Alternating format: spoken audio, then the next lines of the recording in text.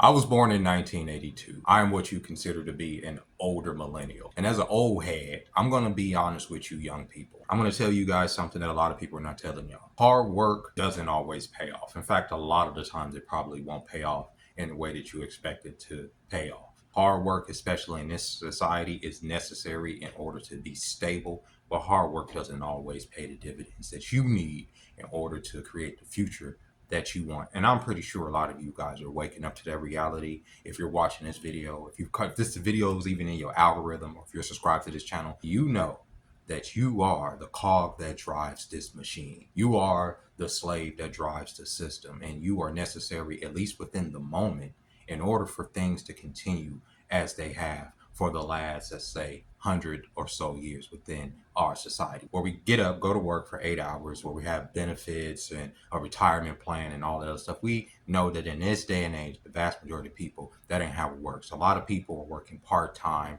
multiple part-time jobs just to make ends meet. A lot of people, even if they are working full-time, don't have the benefits necessary to have a social safety net or a safety net under their life if something was to go wrong, because if they was to miss any amount of work, even if it was a couple weeks, they're going to fall behind and be in destitution or in debt, even if they aren't at the moment. That's how this system is set up. It's set up for you to be just right there on the cusp of survival. It is normal to not want to work. It is normal to not want to get up and go and work for somebody and work to build somebody else's empire. It is normal for you to feel fatigued to go day after day and not see your dividends add up to what you need them to do to make that next leap forward in life, to see that in order for you to even get to the next step, that you will have to sacrifice more time and more of your life energy just to have a little bit of what they used to call the American dream. And even if you do work hard in your industry, and like I said, a lot of you guys are probably working with older people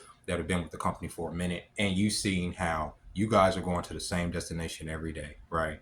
I don't care if this person's been with the company for 20, 30 years. Y'all are being talked down to, berated, or just even coached, as they call it, coached by the same people. You know, some of these older heads who are in a late 50s, early 60s are being talked down to by people that are in a mid 20s, right? And they've been with the company longer than these people, but the way this system is structured, it doesn't matter. And this person could have been with this company forever. This young person come out is making way more money than them, has way more seniority, and is telling them what to do. So it don't always mean that hard work pays off, even though that old person has worked for that company, put probably blood, sweat, and tears into that company, showed up to those stupid freaking company holiday get-togethers where they have like food laid out and y'all are supposed to mingle, and because y'all were family, even though they'll get rid of you at a moment's notice, it don't always pay off. And even in your industry, you can work your whole life learning animation, you can work your whole life working in lighting, you can work your whole life working in how to do cameras, and then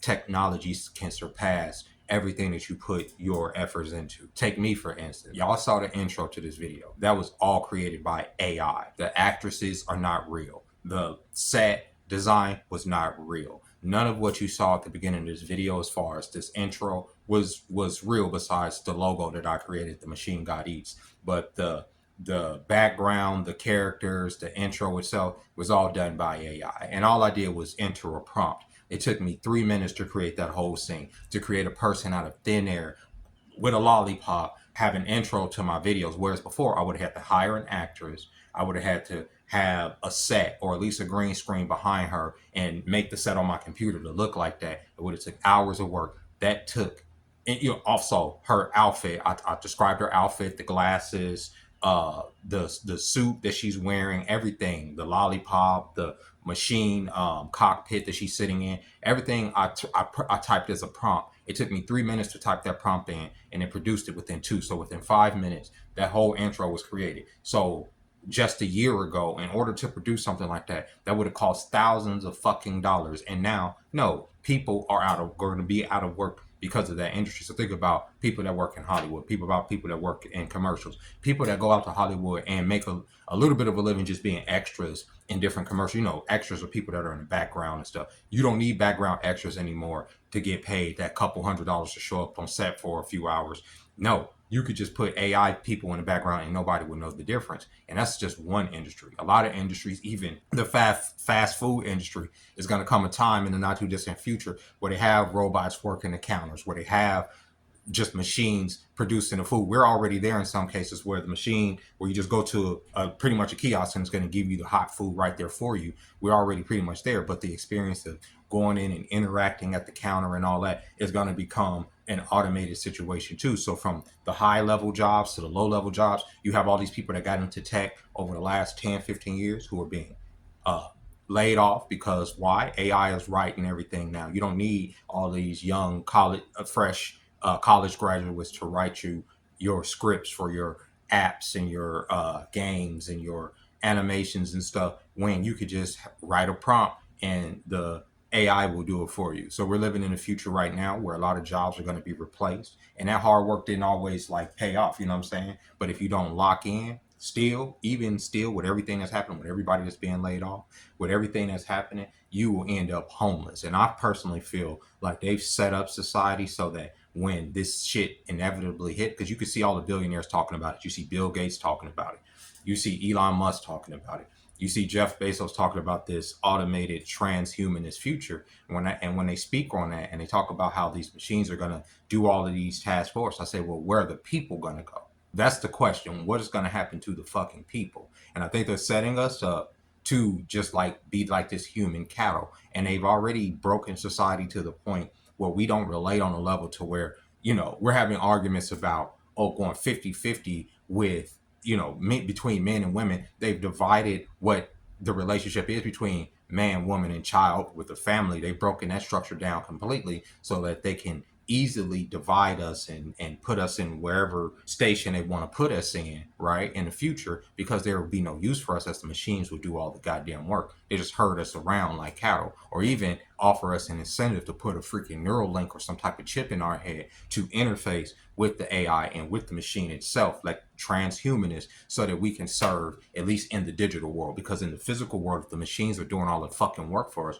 what work is there? They just said that all of these women just got laid off. Black women just got laid off in May, right? The largest group of people to be laid off in the country in May, right? But yet we're the people that are having the conversations about not going 50-50 and not. But now you have all these people making videos about being about to go homeless and they don't have the bills. Why? Because there's no family structure. There's no man to fall back on. There's no woman to fall back on. Why? Because we're also independent and broken and divided and scattered and perverted by this fucking machine, right? That we can't even relate on a level to just uplift ourselves, even in the midst of this birth of AI. And I personally feel that AI has been here for a minute and it's just now being sentient enough and coming out to where it's not hiding itself. But after seeing that VO3 and seeing how it's producing videos like this. The microfilm is in your ticket.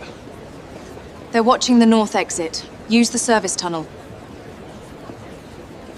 None of what you just saw was real. None of those people are real. None of that was real, right? They're all prompted people. That was all written by a prompt. That probably was all done within freaking 10, 20, not even 20 minutes. They probably wrote all those goddamn prompts for those videos, okay? You write these prompts and you put these videos up on the internet. You're not going to even know what's real anymore. And I used to think, okay, well, at least if the jobs go, well, we could always fall back on the internet and make jobs here. That's not necessarily the truth, because even just being an internet personality now is at stake, because if somebody can write a prompt that is consistently putting out videos 3-4 times a day, 10, 20-minute videos without even having to produce or think or be a person, people will be fed that content and they won't know what's real. And eventually all of the internet is going to feel like a fucking cartoon, because you don't know what you're looking at is real. This ocean, it's a force, a wild, untamed might.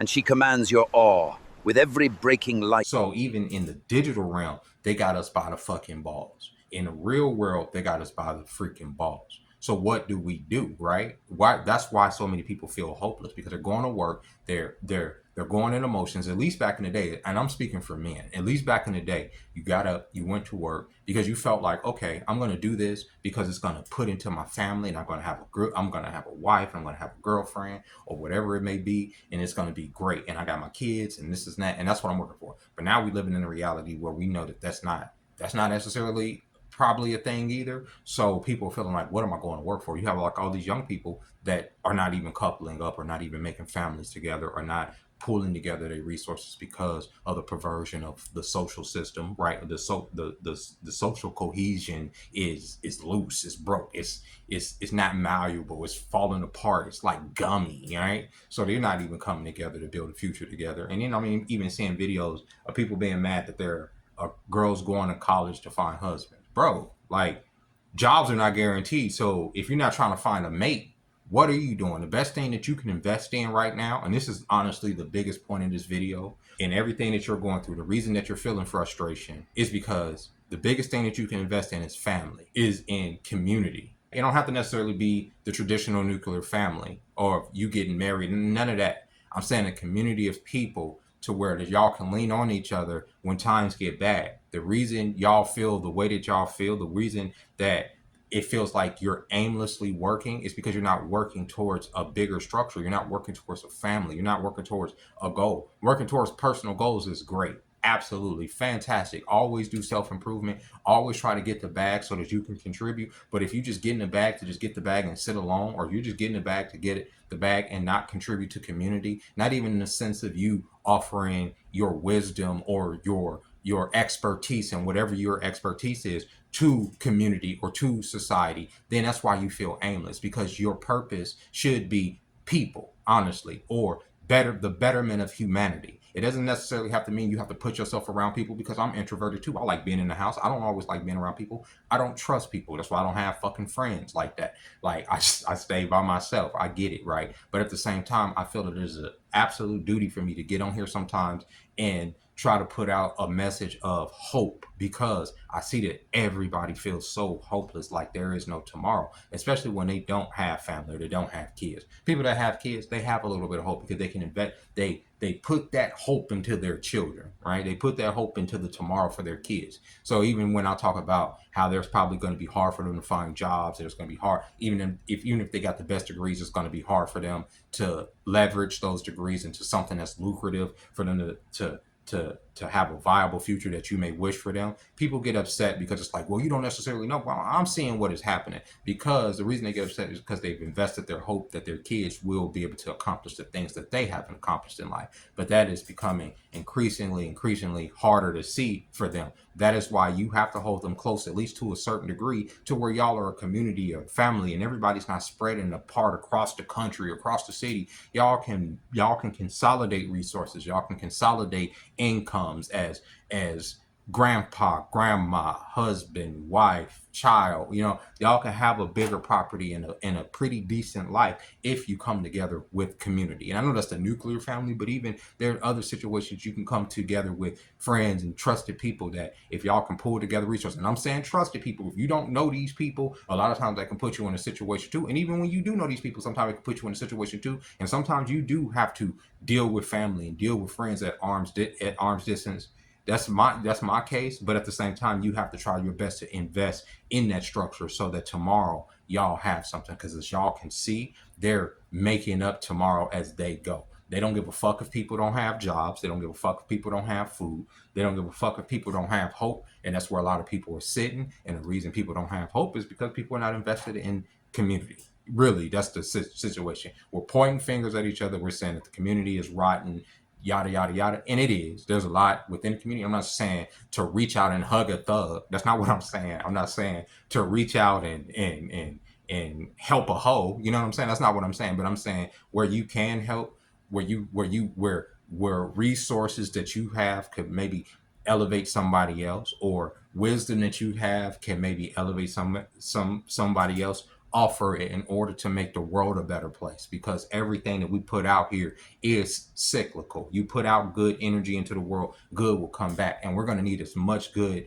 as we can get, as we can muster amongst the human condition in order to fight off these machines and find a tomorrow where we have a place, where we have hope, where we don't feel like misery just because we're getting up and going to work. And I'm telling you, young people, the truth right now, hard work does not always pay off, but it is necessary in order to hold up the fabric of society. Yes, we are all slaves. We are all sitting in this system just trying to fake it to make it, it seems like, right? But you got to fake it up to a certain degree just so you don't fall behind, so that people can lean on you, especially men. Be the rock that people can lean on, right? It may be hard sometimes. It may seem impossible, but be that person that people can count on, right? I know that everybody can't be that person. I know everybody don't have the finances or the resources to be that person, but be that person where you can be that person. Be there and be present where you can be present in order to help tomorrow be a better place. And with that being said, ladies and gentlemen, I hope you guys enjoyed this video. Happy Monday. You guys get on that slave ship and do the best you can, right? Understand that it is a necessary part of life to be an active member of society by working and contributing, because in the minute when there are no jobs, we're going to wonder what is our utility, and we're going to have to find utility.